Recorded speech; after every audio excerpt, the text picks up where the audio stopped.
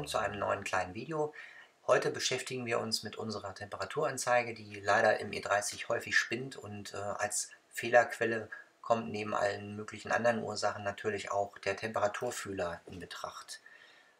Hier habe ich schon das passende Ersatzteil geordert bei BMW. Dieses Teil nennt sich Ferntemperaturgeber. Die Schwierigkeit ist einfach, dieser BMW hat hier 3 verschiedene Sensoren, die unterschiedliche Funktionen haben. Hier sehen wir mit den Pfeilen bezeichnet die beiden Teile, um die es nicht geht. Also wenn ihr quasi Probleme mit eurer Anzeige habt, dann kommt genau dieser Sensor hier von der anderen Seite fotografiert in Frage. Bis Baujahr 84 sind die Teile einpolig, das heißt oben drauf sitzt ein braun-lila Kabel und das Teil müssen wir jetzt tauschen. Ja, los geht's hier mit unserer Motorhaube und hier sehen wir im oberen Teil hier unseren Druckregler und hier nochmal die beiden Sensoren am Thermostatgehäuse und ja, der eine ist einpolig, hat hier diesen braunen Anschluss und es gibt hier noch einen zweipoligen. Aber um den geht es jetzt hier nicht, sondern es geht hier um den in der Mitte. Natürlich müssen wir hier so ein bisschen Platz schaffen, hier diese Schläuche eventuell an die Seite legen und ja, diesen braunen Sensor da oben, den kann man im Prinzip auch abnehmen. Oder ihr lasst ihn einfach dran.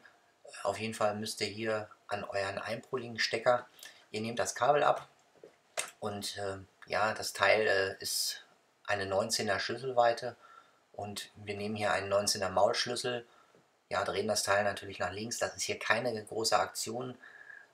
Wenn ihr diesen Sensor hier rausnehmt, kann natürlich so ein bisschen Kühlwasser rauskommen.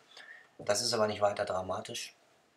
Ihr müsst nur darauf achten, dass hier dieser Dichtring, der da unten drauf liegt, dass ihr den beim Einbau dann wieder drauf macht oder ihr erneuert das Teil. Ja, hier sehen wir den alten Sensor und hier nochmal unseren Dichtring.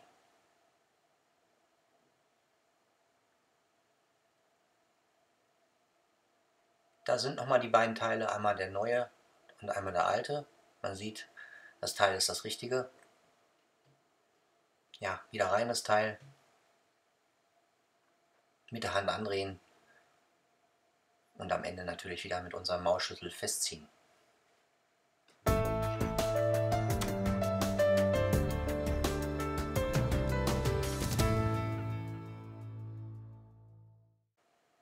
Ja, dann hier unsere Kabel, die müssen wieder dran gefummelt werden. Man sieht hier noch, an der Seite hängt ein braunes Kabel, das ist hier nicht belegt bei mir.